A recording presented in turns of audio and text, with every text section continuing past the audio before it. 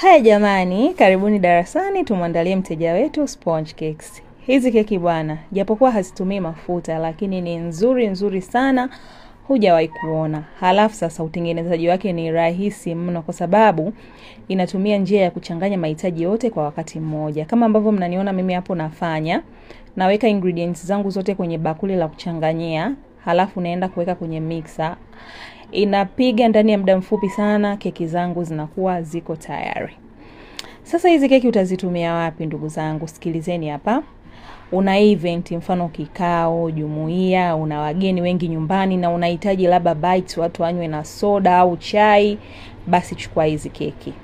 Sehemu nyingine wewe ni mfanyabiashara, unataka kuuza dukani kwako au kusambaza mtaani, yani hizi ndo keki zenyewe, njoo uchukue. Haya, una kasherehe, mfano birthday na unawishi watu waondoke na keki, basi chukua hizi keki ili wasiondoke na ile keki yako yenye icing sugar mai wangu, sawa Haya, na vitu nani na sherehe nyingine na kadhalika, sherehe ni nyingi sana. Testi yake sasa ikoje? Yaani kwenye testi ndo msiseme. Zina testi nzuri sana kiasi kwamba huwezi kutofautisha kati ya hizi na zile keki ambazo sio sponge. Kwa testi yake ni nzuri sana. So tunawakaribisha sana bakery kwetu, mjipatie hizi keki.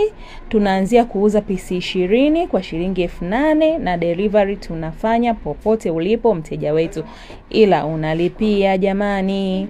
Karibuni sana Mami Special Bakery. Ukihitaji pia madarasa, tunakupa darasa la hizi keki, lakini kabla sijakupa darasa na kushauri uwe na mixer yenye uwezo mzuri wa kupiga keki, lakini pia uwe na oven yenye moto mzuri. Karibuni sana Mami Special Bakery.